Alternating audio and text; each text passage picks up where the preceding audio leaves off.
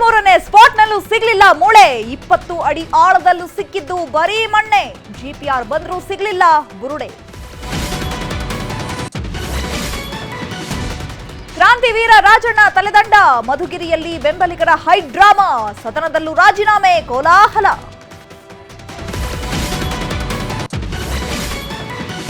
ಹುಡುಕ ಮಗನನ್ನ ಕೊಂದಿದ್ದ ಅಪ್ಪ. 2 ವರ್ಷದಿಂದ ಆಡ್ತಿದ್ದ ಕಳ್ಳಾಟ. ತಿಥಿ ದಿನವೇ ಬಯಲಾಯ್ತು ಕೊಲೆ ರಹಸ್ಯ.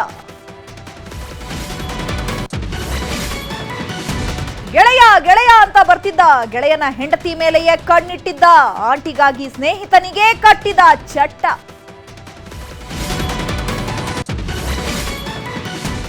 ಲಕ್ಷ್ಮಿ ಹೆಬ್ಬಾಳ್ಕರ್ ಹೆಸರಲ್ಲಿ ದೋಖಾ. ಕೆಲಸದ ಆಸೆ ತೋರಿಸಿ ಪಂಗನಾಮ. ಸಚಿವೆ ಆಪ್ತನ ಮೇಲೂ ಎದ್ದಿದೆ ಅನುಮಾನ.